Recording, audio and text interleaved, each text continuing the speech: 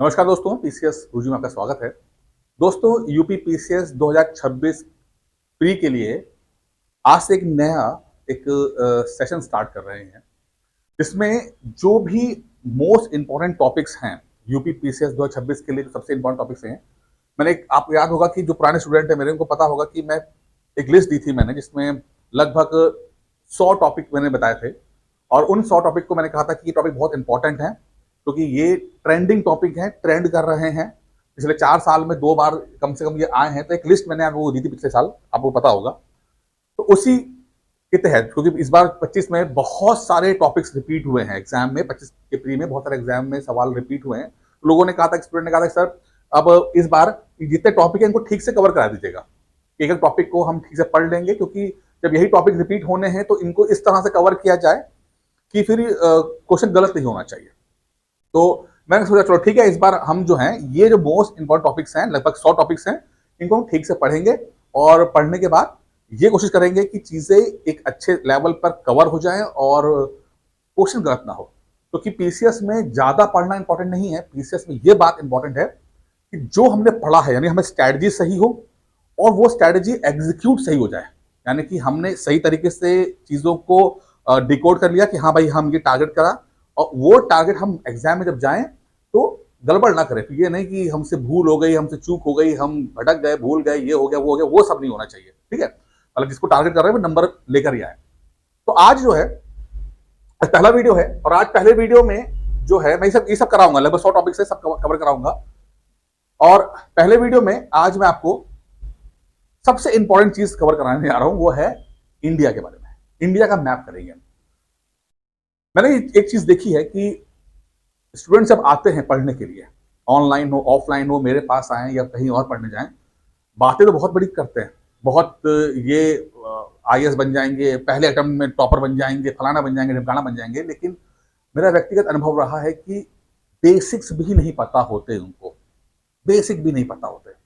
तो फिर मैंने एक चीज चलाई कि जब भी कोई नया स्टूडेंट मेरे पास आता पढ़ने के लिए, एक हफ्ता में उसको एक क्लास देता हूं, एक्स्ट्रा क्लास के अंदर बेसिक्स पे काम करते हैं हम लोग। बेसिक का मतलब क्या है? बेसिक का मतलब है कि हम थोड़ा इंडिया के बारे में जानने की कोशिश करते हैं, कि इंडिया का मैप कवर कराते हैं, इंडिया का मैप, वर्ल्ड का मैप, इंडिया में कौन कौन से स्टेट्स हैं, उनकी कैपिटल्स क्या हैं, और कुछ इंपॉर्टेंट चीजें हैं वो क्या क्या है, जो कि एग्जाम में इंपॉर्टेंट है। जो आज करने जा रहे हैं, कहने को ये बहुत बेसिक है, बट ये सब बहुत इंपॉर्टेंट है। अब चाहे तो घटना चक्र से भी आपको देखना है, एग्जाम में आए हुए सवाल हैं सब ये, ठीक है बहुत बेसिक, बट बेसिक भी आपको पता होना चाहिए। ठीक है, तो जो लोग बहुत नए हैं, पहली बार स्टार्ट कर रहे हैं, वो तो ढंग से अपने एक नोट्स बना लें, उनका ठीक ठाक सा कवर हो जाएगा सब चीजें याद, मतलब उनको कुछ ज्यादा पढ़नी तो पड़ेगी और ठीक कवर हो जाएगा। जो पुराने हैं वो एक बार रिवीजन के पॉइंट ऑफ व्यू से देख लेंगे, उनसे कोई मिस तो नहीं हो रहा। तो आज हम इंडिया करेंगे, फिर उसके बाद वर्ल्ड का करेंगे। 2-3 दिन क्लासेस हम ऐसे ही करेंगे, जिससे कि हमें हमारे दिमाग में एक इमेज क्रिएट हो जाए कि हम करने वाले क्या है।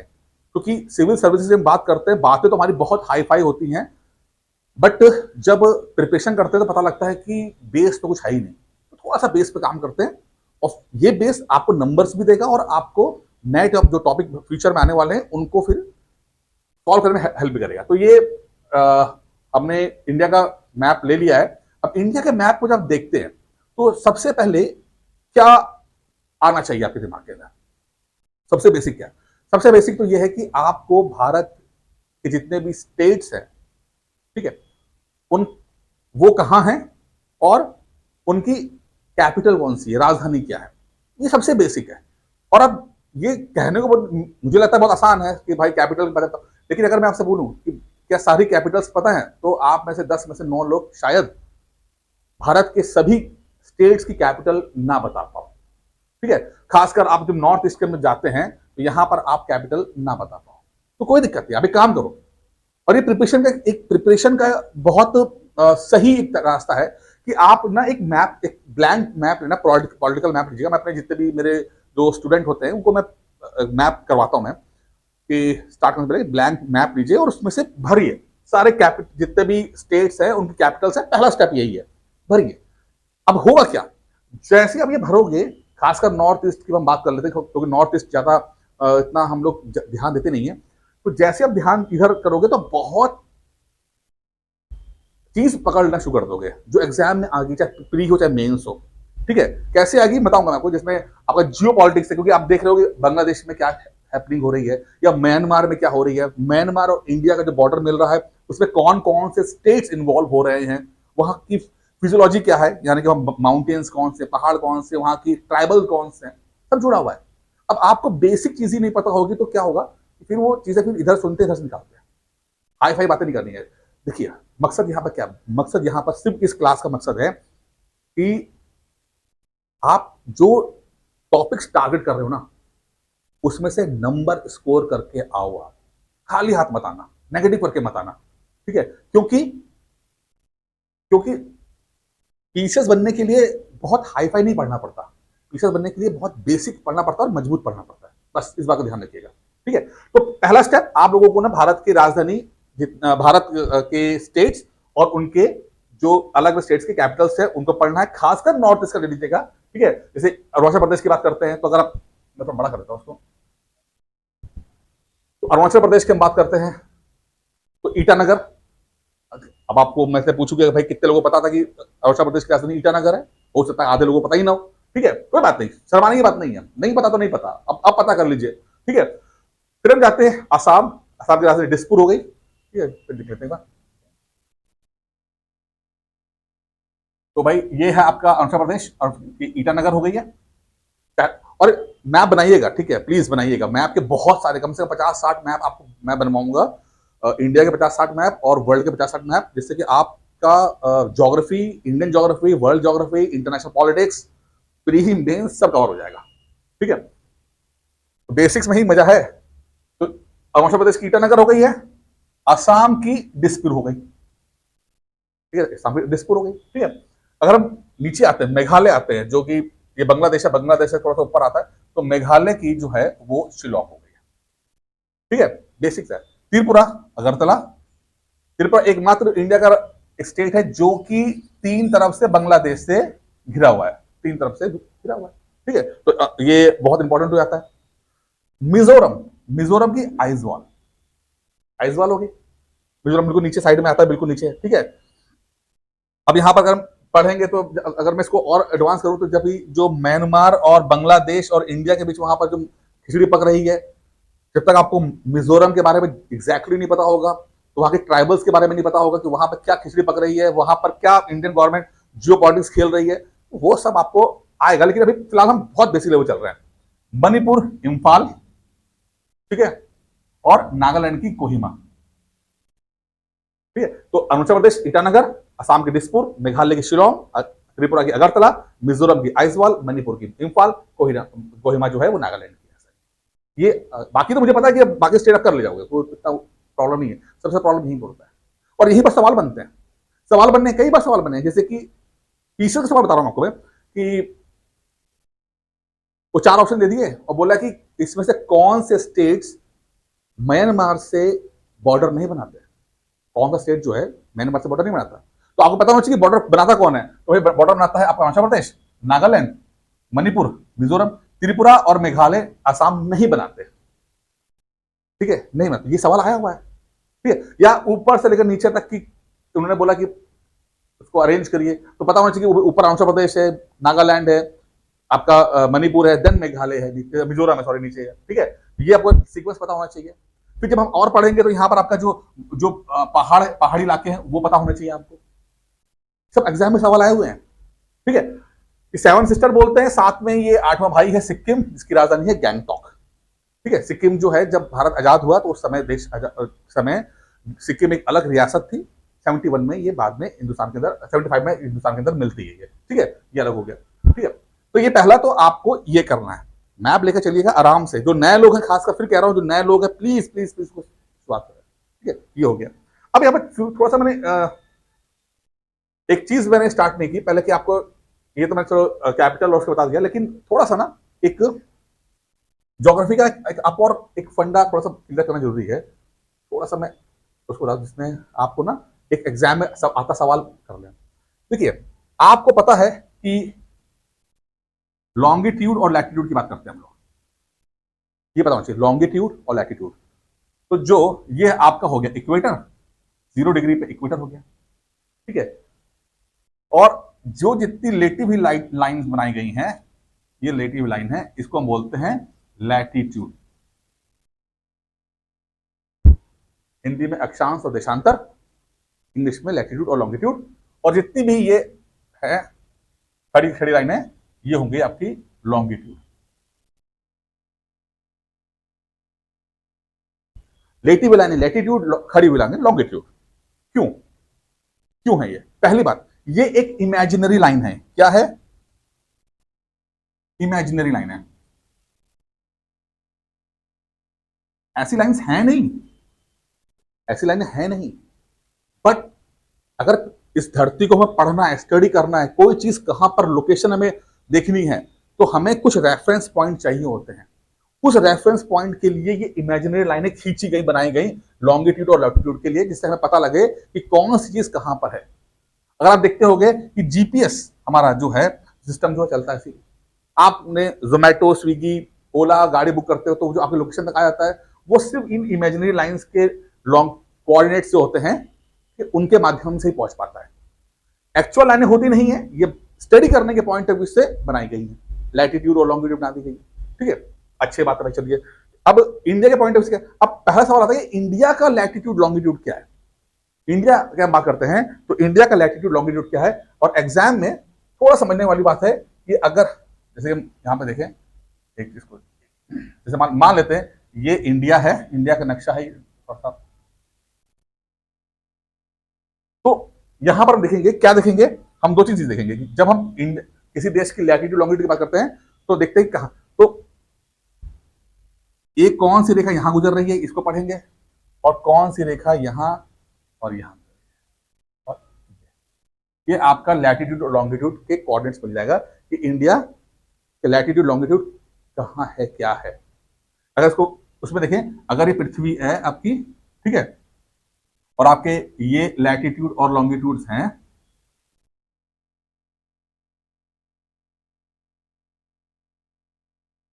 तो भारत का लोकेशन कहां पर होगा,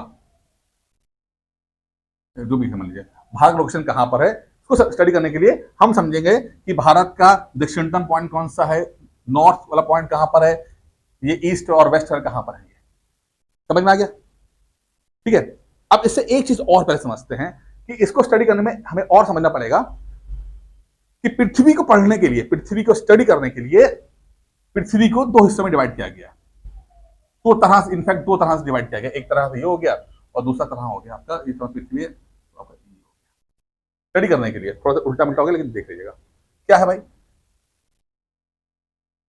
पृथ्वी एक हेमिस्फीयर होता है। अगर इसको यहां से बीच से काटेंगे तो नॉर्थ हेमिस्फीयर और साउथ हेमिस्फीयर, उत्तर और दक्षिण। और अगर इस तरह से काटेंगे बीच से तो ईस्ट और वेस्ट।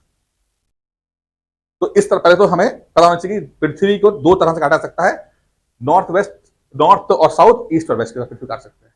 ठीक है, इसी से हम आइडिया लगा पाएंगे कि हमारा पृथ्वी क्या। अगर मैं आपसे बोलूं कि इंडिया कहां पर है, इंडिया के लोकेशन कहां पर है, तो आप देखेंगे पहले कि भाई पहले तो ये देखते हैं कि ये आपका हो गया, इस तरह कटती है पृथ्वी और इस तरह कटती है। ठीक है ना? तो इंडिया की हम बात करते हैं तो इंडिया का लोकेशन कहां पर हो, इंडिया मान लेते हैं ये है इंडिया। मैप थोड़ा सा इतना अच्छा नहीं है, लेकिन समझ लीजिएगा। ठीक है, तो आपने ये देखा कि इंडिया का लोकेशन यहां पर है। तो अगर लैटिट्यूड बात करें तो ये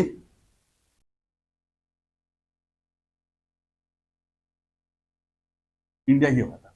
तो इंडिया का लोकेशन हम यहां से फाइंड करते हैं। तो हमें कोऑर्डिनेट्स देखने पड़ते हैं कि इंडिया जो है उसके कोऑर्डिनेट्स नॉर्थ, सबसे नॉर्थ में कितना है, सब साउथ में कितना है, ईस्ट में कितना है, वेस्ट में कितना है। और ये एग्जाम में पूछे जाते हैं, एग्जैक्टली पूछ ले जाते हैं कि भाई इंडिया के कोऑर्डिनेट्स कहाँ है, लैटिट्यूड और किस लैटिट्यूड और लॉन्गिट्यूड के बीच में भारत जो है वो आता है। सब समझ में आ गया आपको ये क्यों जरूरी है? किसी भी लोकेशन को, किसी चीज को पता लगाने के लिए वो चीज कहां पर है, तो हमने कुछ कुछ एक पॉइंट्स क्रिएट किए हैं, उस पॉइंट से समझ पाते हैं कि भाई क्या है। तो और पृथ्वी को दो से बांट करें, या तो नॉर्थ और साउथ हेमिस्फीयर या ईस्ट और वेस्ट हेमिस्फीयर, और उसके हिसाब से हम लोग किसी भी देश की लोकेशन पता लगा पाते हैं। किसी चीज की लोकेशन, आपकी मेरी भी लोकेशन जो है वो इन्हीं माध्यम से पता लग पाती है। समझ में आ गया? अब एग्जाम में जो पूछा गया पहले वो देख लेते हैं।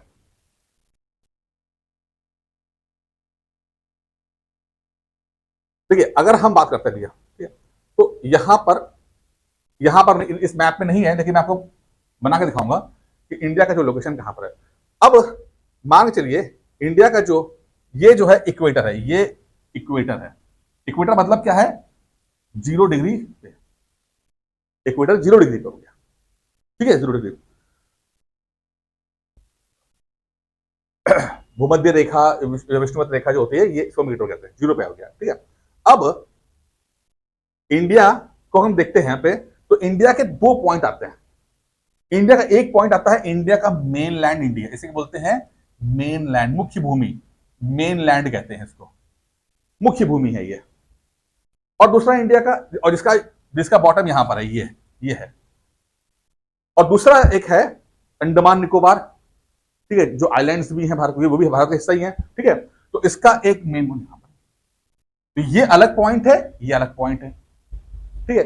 ये पॉइंट जो है वो है कन्याकुमारी। कन्याकुमारी तमिलनाडु के अंदर है ये। कन्याकुमारी सबसे साउथ पॉइंट, कन्याकुमारी तमिलनाडु के अंदर है। और अगर यहां बात करते हैं तो यहां पर जो सबसे है वो इंदिरा पॉइंट, इंदिरा पॉइंट, थोड़ा नाम पिग्मेलियन पॉइंट भी कहते हैं इसको, इंदिरा पॉइंट भी कहते हैं। ये तो अलग पॉइंट है। अब और देखते हैं थोड़ा सा, क्योंकि अभी यहां पर एग्जाम में सवाल कई बार पूछा गया। ये 0 डिग्री है, अगर यहां से बात करते हैं तो यहां पर जो रेखा गुजरती है, ये गुजर रही है, वो है 8 डिग्री 6 मिनट नॉर्थ। क्योंकि इंडिया कहां पर है? इंडिया नॉर्थ में है, इंडिया नॉर्थ में है, तो ये एन नॉर्थ आ गया, 8 डिग्री 6 मिनट आ गया, ठीक है। लेकिन अगर इसी चीज को अगर हम यहां पर देखें, इंदिरा पॉइंट की बात करते हैं, ठीक है, तो जो आपका जो इंदिरा पॉइंट है वो आपका आता है 6 डिग्री 45 मिनट नॉर्थ। ये हो गया आपका 8 डिग्री 6 मिनट, और ये 6 डिग्री 45 मिनट आ गया, जो अलग अलग है। ये थोड़ा और नीचे है, ये मेन लाइन से नीचे है। तो अगर सवाल ये पूछा गया कि भारत का साउथ मोस्ट पॉइंट कौन सा है, सबसे नीचे पॉइंट कहां से है, पूरे इंडिया की बात कर रहे हैं, यहाँ पे आइलैंड को भी हम, द्वीप को भी हम कंसिडर कर रहे हैं, तो वो होता है आपका इंदिरा पॉइंट, पिग्मेलियन पॉइंट, जो अंडमान, जो ग्रेट निकोबार में है। ग्रेट निकोबार कहां पर है? ग्रेट निकोबार। अंडमान ऊपर वाला हिस्सा है, निकोबार नीचे वाला हिस्सा है। तो ग्रेट निकोबार का जो सबसे बॉटम वाला पॉइंट है, जो कि 6 डिग्री 45 नॉट्स उस पे है, मिनट्स पे है, वो सबसे इंडिया का सबसे दक्षिणतम हिस्सा है। लेकिन अगर सिर्फ मुख्य भूमि की बात हो रही है, मेनलैंड की बात हो रही है, तो वो सिर्फ आपका कन्याकुमारी तमिलनाडु है, जो 8 डिग्री 6 मिनट पे है।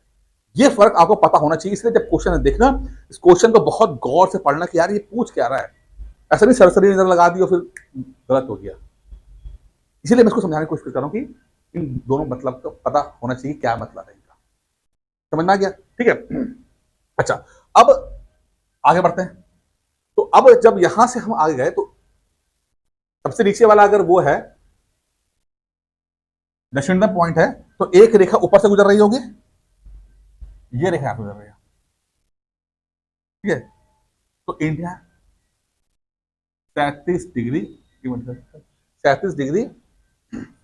6 मिनट नॉर्थ, 37 डिग्री 6 मिनट, ये इंडिया का। तो रेंज क्या है इंडिया की?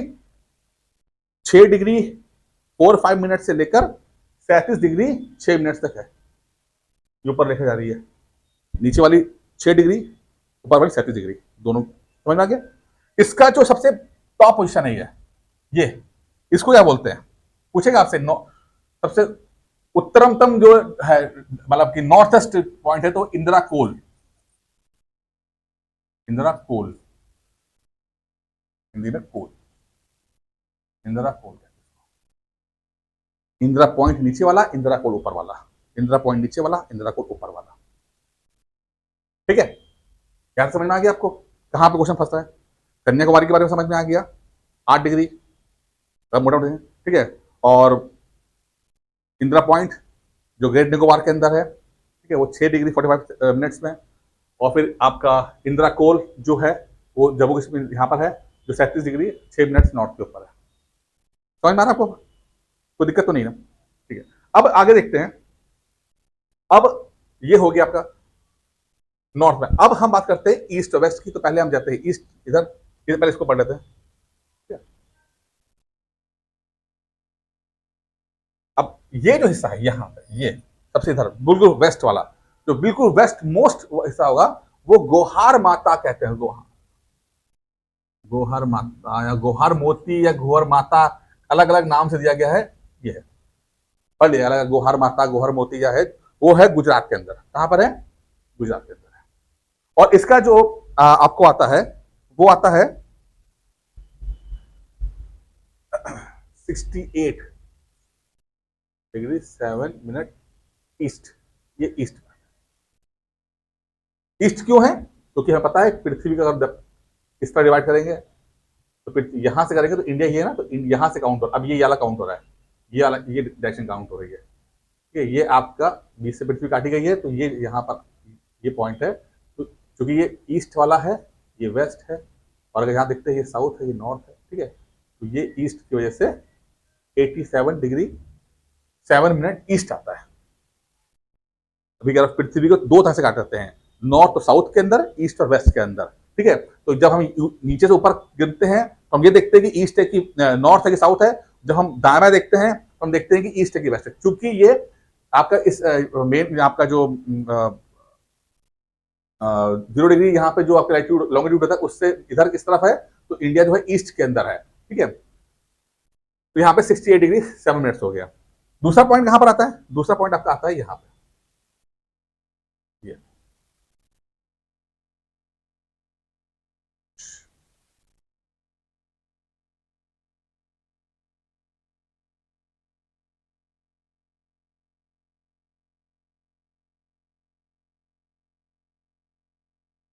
ये पॉइंट, ठीक है। TB2,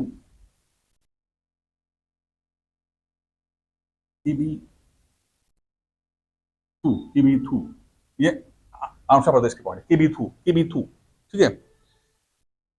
TB2 है वो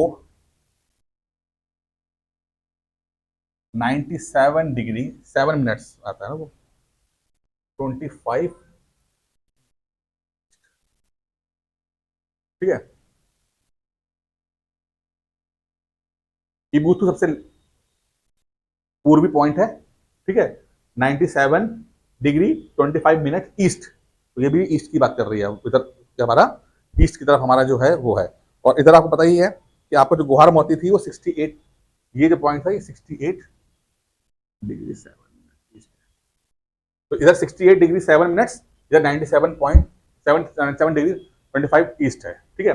इन दोनों के बीच में, डिस्टेंस देखना, ये डिस्टेंस जो है लगभग दो घंटे लगते हैं सूरज को इन दोनों पॉइंट को करने में। यानी कि इस पॉइंट और इस पॉइंट में बीच में सूरज के उगने में जो है वो 2 घंटे का समय लगता है इसका, यहां से कर यहां तक, ठीक है। यहां समझ में आ गया आपको? और ये सब एग्जाम में आए हुए सवाल हैं, फिर क्या हो, ये सब एग्जाम में आए हुए सवाल हैं, बहुत बेसिक हैं, बट पता होना चाहिए। पता होगा तो कोई बड़ी बात नहीं है, नहीं पता तो भाई ब्लंडर फिर हुई है, ठीक है। अच्छा, अब आगे बढ़ते हैं। अब यहां पे एग्जाम में आपसे एक चीज और सवाल पूछता है वो आपसे कि भाई ठीक है, तो दो रेखाओं की बात करता है।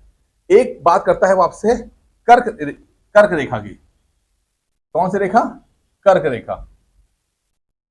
क्या है कर्क रेखा? पहले बता देता हूं कर्क रेखा कहां पर है।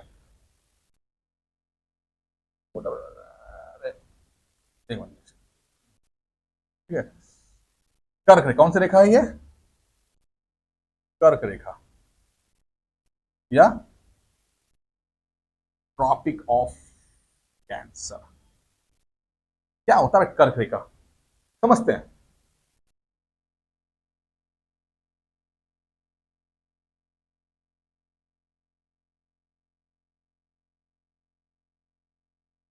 देखिए,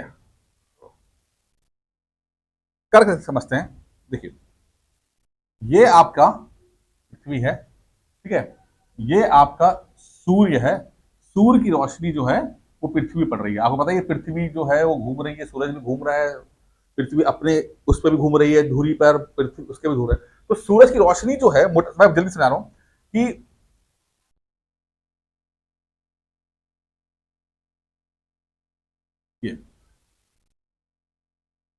ये हो गया आपका इक्वेटर।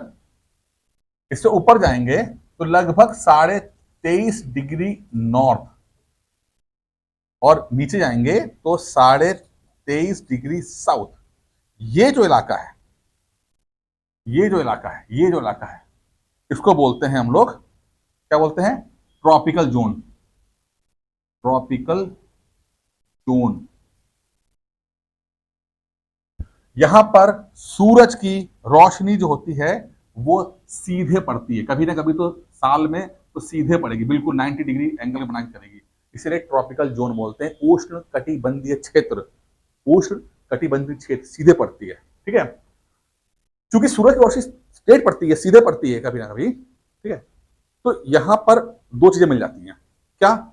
एक मिलता है आपको गर्मी, हीट, ज्यादा हीट मिलती है आपको, सूरज की वजह से हीट मिलती है। और दूसरा, यहां समुद्र जाता है यहां पर, तो पानी, वाटर, मॉइस्चर, दो चीजें, हीट और वाटर दोनों मिल जाते हैं। और जब हीट और वाटर दोनों मिलेंगे तो वहां पर लाइफ बहुत ज्यादा डेवलप करती है, लाइफ डेवलप करती है। थोड़ी गर्मी भी चाहिए, थोड़ा पानी भी चाहिए, तो जीवन जो है वो पनपता है। इस कारण से ये जो क्षेत्र है पृथ्वी का, ट्रॉपिकल जोन, 23.5 डिग्री नॉर्थ से लेकर 23.5 डिग्री साउथ जो है, सबसे ज्यादा लाइफफुल है। यहाँ पर सबसे ज्यादा जीवन है, भिन्न भिन्न प्रकार के यहाँ पर चीजें हैं, भिन्न, बहुत सारे लोग होंगे, बहुत सारे जीव जंतु होंगे, बायोडाइवर्सिटी बहुत ज्यादा होगी, जैव विविधता जो है बहुत ज्यादा होगी, इसके अंदर बहुत ज्यादा होगी, ठीक है। तो ये क्षेत्र जो है बहुत ज्यादा है। यहां पर 21 जून को आपने पढ़ा होगा उत्तरायण, दक्षिणायण, ठीक है। 21 जून को सूरज यहां पहुंचता है, तो इस जगह पर सूरज बिल्कुल 90 डिग्री एंगल मारता है। उसके बाद सूरज फिर दक्षिणायन हो जाता है, नीचे तरफ आता है। यहाँ पे आते आते आते फिर लगभग जो मकर संक्रांति आपकी जाती है, तो लगभग 10 या 11 तारीख या 14 तारीख के आसपास, सॉरी, आप, हाँ, 14 तारीख के आसपास जो है वो इधर आपका होता है जनवरी आता। उसके बाद ये फिर उत्तरायण में जाता है। तो ये सूरज जो है वो ऐसे मूव करता है, ऐसे। बाकी जगह पर जो रोशनी पड़ती है, बाकी जगह जो रोशनी पड़ती है वो थोड़ी स्लांट पड़ती है, स्लांट मतलब इसकी पावर कम होती है, पावर कम होती है, ठीक है। सबसे ज्यादा रोशनी बीच वाले हिस्से में पड़ती है, ऊपर वाले हिस्से, यहाँ वाले हिस्से में, यहाँ हिस्से में थोड़ा सा लेस हीट होती है, लेस हीट होती है। इससे क्या प्रभाव पड़ते हैं बताऊंगा बाद में आपको, लेकिन फिलहाल समझ लीजिए यहाँ पर कम प्रभाव है, यहाँ पर ज्यादा है। ज्यादा प्रभाव होने से, हीट और पानी ज्यादा होने से लाइफ ज्यादा है, इसीलिए बहुत सारे लोग हैं, बहुत सारे खाने हैं, बहुत सारे जीव हैं, बहुत सारे जंतु हैं यहाँ पे। और भारत का आधा हिस्सा जो है, ठीक है, वो तो इसके है। ऊपर वाली रेखा को हम बोलते हैं कर्क रेखा, ऊपर वाली रेखा को हम बोलते हैं कर्क रेखा, और ये नीचे वाली रेखा है वो मकर रेखा। कर्क रेखा, मकर रेखा, tropic of cancer, tropic of Capricorn, ठीक है। चलिए अब आगे देखते हैं। अब आपसे सवाल क्या पूछा आता है? सवाल आपसे पूछा आता है कि भाई ये बताओ कि भारत के कौन कौन से राज्यों से होकर कर्क रेखा गुजरती है? भारत के कौन कौन से राज्यों से होकर कर्क रेखा गुजरती है? तो भैया सबसे पहले यहां शुरू आता है आपका।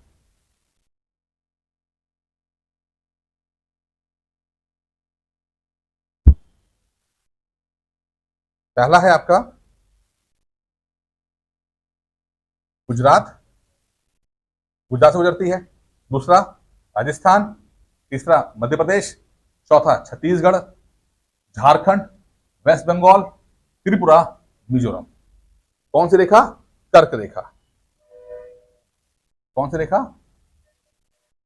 कर्क रेखा। एग्जाम में सवाल पूछा जाता है। कितने राज्य हो गए? 1 2 3 4 5 6 7 8, 8 राज्यों से होकर कर्क रेखा गुजरती है। बहुत इंपॉर्टेंट है, बहुत। गुजरात, राजस्थान, मध्य प्रदेश, छत्तीसगढ़, झारखंड, वेस्ट बंगाल, त्रिपुरा, मिजोरम, यहां से गुजर के कर्क गुजरती है। यानी कि यहां पर 23.5 डिग्री नॉर्थ पे ये रेखा है, 23.5 डिग्री नॉर्थ। हमें पता है 23.5 डिग्री नॉर्थ और 23.5 डिग्री साउथ, इसके बीच में सूरज की रोशनी सीधे पड़ती है, ठीक है, सीधे पड़ती है। अगर सूरज ऊपर की तरफ है तो उत्तरायण है, नीचे की तरफ जा रहा है तो दक्षिणायन है, तो होता है। और ये बहुत हमारे यहाँ देश में आपकी जो संक्रांति बनती है वो इसलिए बहुत मकर संक्रांति वगैरह जो है, इसलिए जब जब सूरज जनवरी में दक्षिण से ऊपर तक जाता है, उत्तरायण होता है, तो इसको सेलिब्रेट करते हैं, क्योंकि अब ऊपर की तरफ आ रहा है तो थोड़ी गर्मी बढ़ेगी, गर्मी बढ़ने से फसल वगैरह होंगी और हमारे लिए जीवन जो है आसान हो जाएगा, अच्छा हो जाएगा, इसलिए इसको हम सेलिब्रेट करते हैं। ठीक है, तो ये आपका हो गया 23 साल। तो यहां पर आपको ये याद रखना है। अब एक रेखा और बड़ी इंपॉर्टेंट आती है समझने के लिए।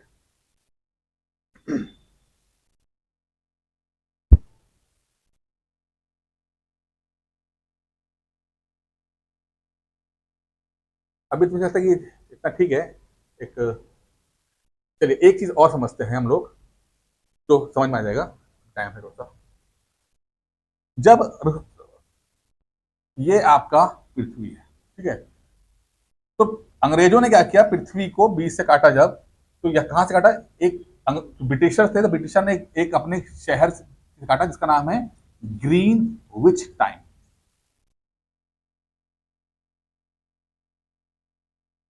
ठीक है, यहां से काटा, एक सीधी रेखा खींची कि भाई यहां से होगा, और इधर वाले को हिस्से को बोल दिया ईस्ट, इधर वाले को बोल दिया वेस्ट। ठीक है, अच्छा भाई, और कोई भी जगह कितनी दूर है वो हम इस लाइन से ही हम लोग कैलकुलेट करते हैं। कौन सा देश कितनी दूर है, टाइम जोन क्या होगा, उसकी दूरी कितनी होगी, वो हम सब इसी टाइम से हम लोग पता लगाते हैं। ठीक है, तो अगर मान लो यहां पर इंडिया इधर है, इंडिया, तो इंडिया में और ये जीएमटी जिसे बोलते हैं ग्रीनविच मीन टाइम, जीएमटी में लगभग 5.5 घंटे का फर्क है। पढ़ेंगे बाद में, ठीक है, कि भाई दोनों के बीच 5.5 घंटे का फर्क है यहाँ पर है। इससे ज्यादा अगर ऑस्ट्रेलिया चले जाएंगे तो और दूर हो जाएगा, जापान चले जाएंगे तो और दूर हो जाएगा, लेकिन जितनी कंट्री पास पास में आएंगी उनके बीच में डिस्टेंस कम होता जाएगा और गैप जो कम होता जाएगा। तो जीएमटी से हम जो है करते हैं।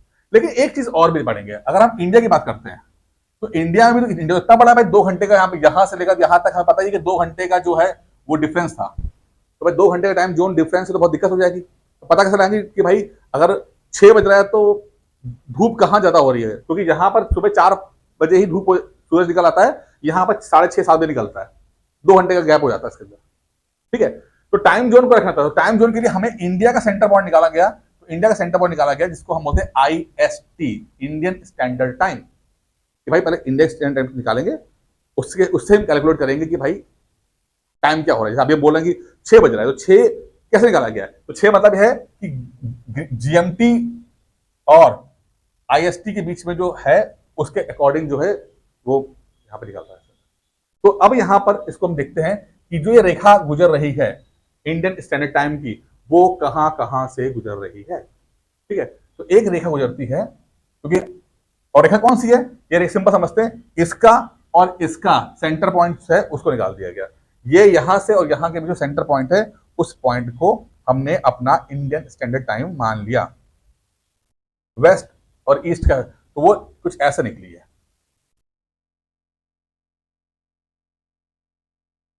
क्या थोड़ा सा,